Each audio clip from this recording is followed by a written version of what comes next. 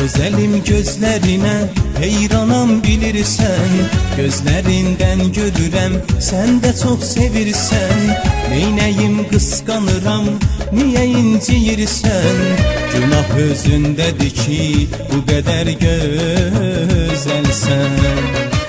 Kim salam versə mənə onu söz edirsən, azadıq naz edəsən tez küsüb gedirsən. Mənə baxanlara da hey hədələyirsən, nə əli bilirsən nə də ki gedirsən.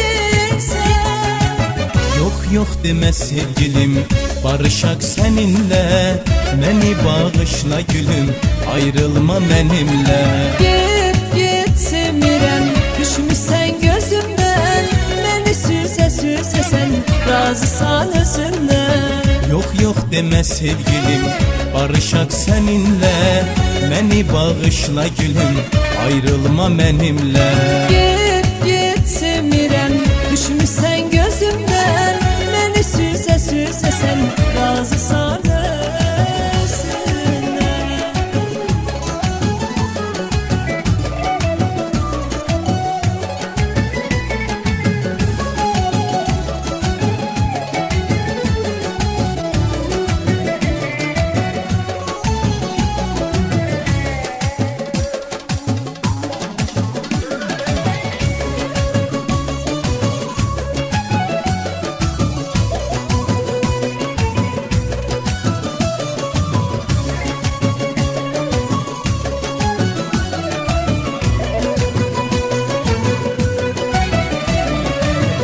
Səni çox sevirəm ey gül üzlü yarım, görəndə şıx cəmalın üzülər bu canım.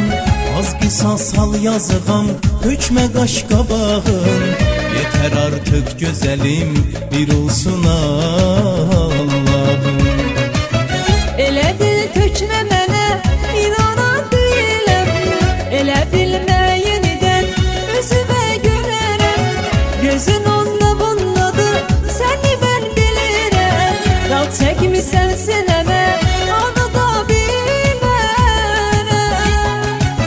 Yox yox demə sevgilim, barışaq səninlə, məni bağışla gülüm, ayrılma mənimlə.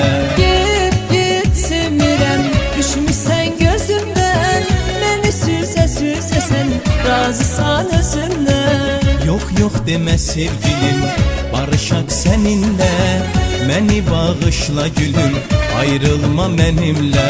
Get semirəm, düşmüşsən gözümdən, məni süzə sən razısan özündən.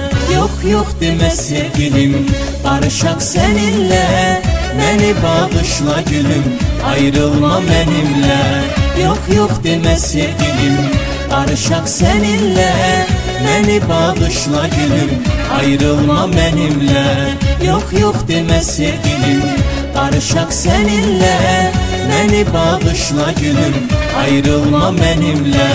Yox yox demə sevgilim, barışaq səninlə, məni bağışla gülüm, ayrılma mənimlə.